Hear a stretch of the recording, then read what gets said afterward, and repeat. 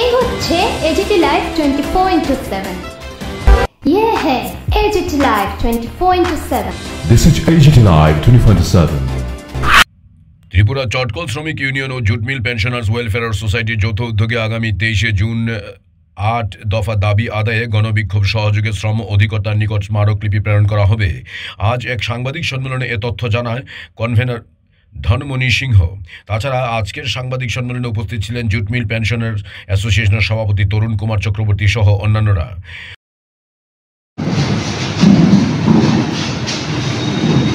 আপনারা জানেন যে ভারতের সর্বোচ্চ সুপ্রিম কোর্ট ত্রিপুরা জুট মিলের 247 জন শ্রমিকের বকেয়া প্রদানের রায় প্রদান করেছেন।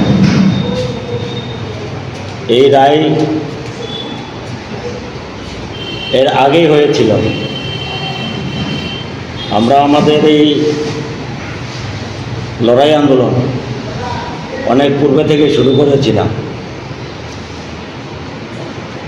চটকলের এবং সরকার পক্ষে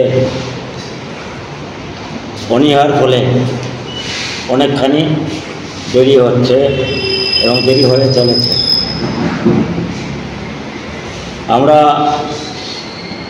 জানি যখন অফিসাররা মামলা করেছিল 8/4/2011 প্রথম, তাদের মামলাও তারা জুট মিল কর্তৃপক্ষ আপিল করেছিল 25/10/16 পর্যন্ত। এই আপিলের শুনানি এবং রায় বেরিয়ে যায় এবং তারা টাকা পেয়ে গেছে।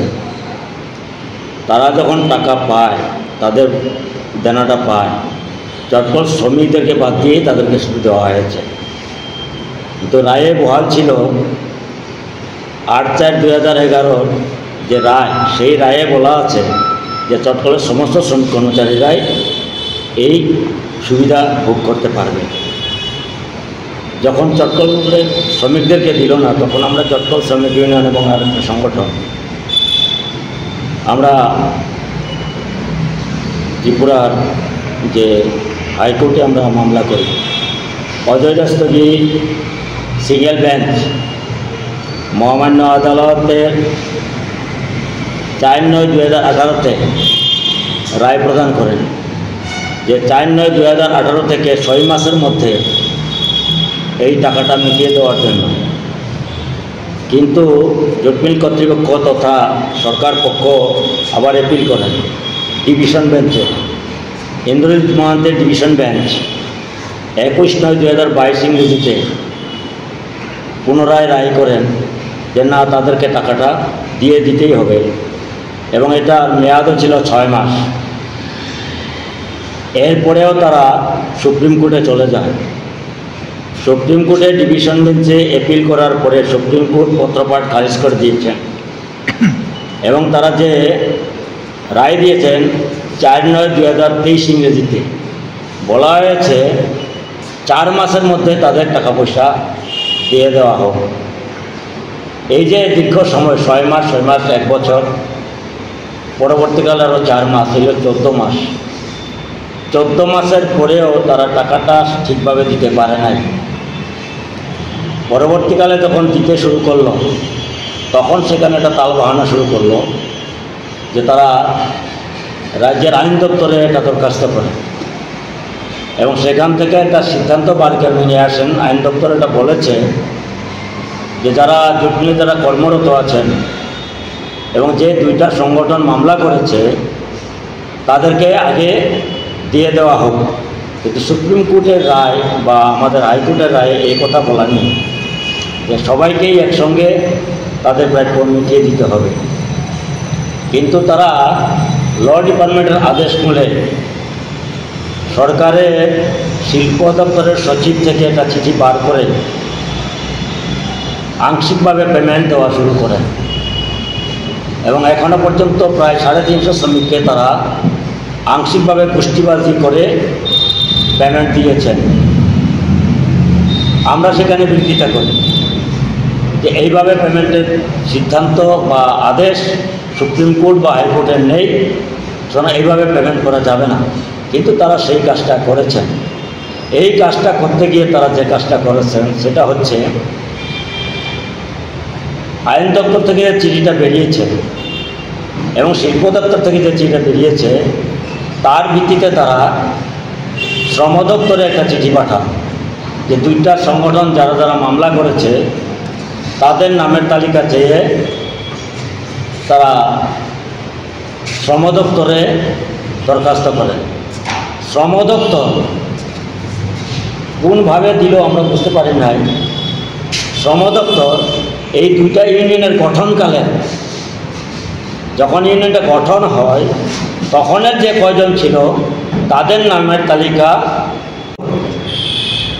যে আমরা প্রতি বছর অ্যানুয়াল রিটার্ন দিই, জুট মিলের শ্রমিক কর্মচারীদের ইউনিয়নের অ্যানুয়াল রিটার্ন দিই, সেই অ্যানুয়াল রিটার্নের পরিষ্কারভাবে বলা আছে 12, 13, 14 এবং 15 এই চারটা ফরম্যাটের এই চারটা পয়েন্টে বলা আছে বছরের প্রথমে কতজন শ্রমিক ছিল, মাঝখানে কতজন চলে গেছেন, মাঝখানে কতজন জয়েন করেছেন এবং সর্বশেষ 31শে ডিসেম্বর কি রইল, কতজন শ্রমিক রইল, এই সংখ্যাটা নেন, কিন্তু নামের তালিকা নেন না। কিন্তু কী জন্য কীভাবে শ্রম দপ্তর তারা ইউনিয়ন গঠনকালের মেম্বারশিপটা দিয়ে এই যে জুট মিলের যে টাকা পয়সা লেনদেন দেনার ক্ষেত্রে একটা বিভ্রান্তি তৈরি করে দিয়েছে। এই বিভ্রান্তি সারাটা জুট মিল সহ এলাকার মধ্যে প্রশ্ন চিহ্নে দাঁড়িয়েছে। জুট মিল কর্তৃপক্ষ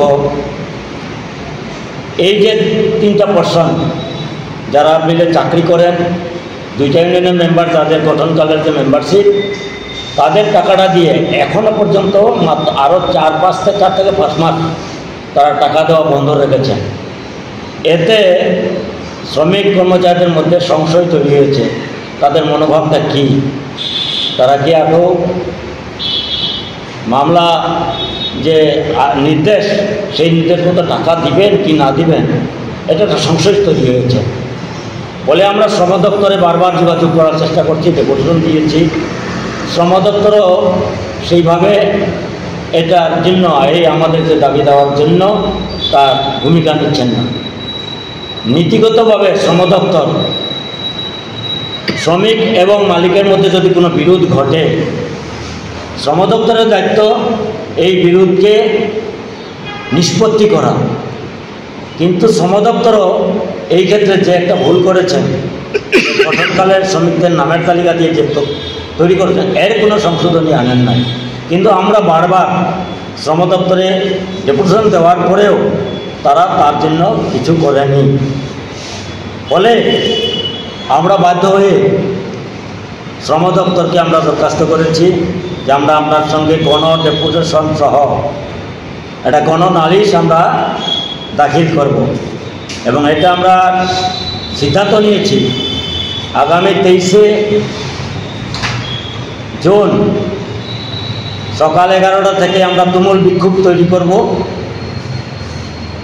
এবং 12টায় শ্রম কমিশনের কাছে এই যে শ্রমিক কমিশনের যে একটা বিভ্রান্তি তৈরি করেছেন এই বিষয় সহ ত্রিপাক্ষিক একটা সভা ডেকে শ্রমিকদের মধ্যে যেন বিভ্রান্তি তৈরি হয়েছে তার জন্য নিরসন ঘটে এবং শ্রমিকদের যে প্রাপ্য পাওনা সেটা যেন দিয়ে দেয়, তার জন্য যেন শ্রম দপ্তর তার বিহিত ভূমিকা গ্রহণ করেন।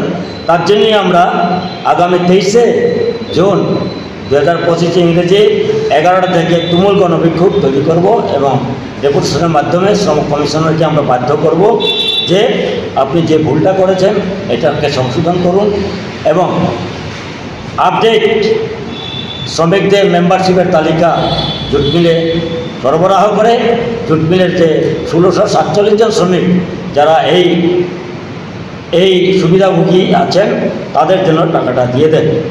এইটা আমরা করতে যাচ্ছি আগামী 23শে জুন। ওই দিন কি কোনো মিছিল হবে নাকি শুধু জমায়েত হয়ে বিক্ষোভ প্রদর্শন? হ্যাঁ,